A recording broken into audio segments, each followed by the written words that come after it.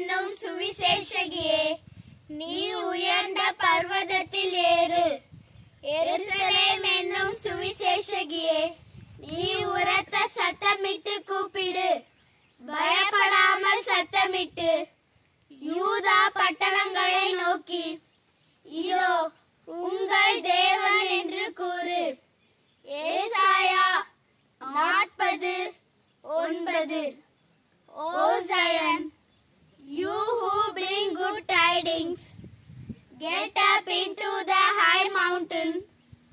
O Jerusalem, you who bring good tidings, lift up your voice with strength. Lift it up, be not afraid. Say to the cities of Judah, behold your God. Isaiah 40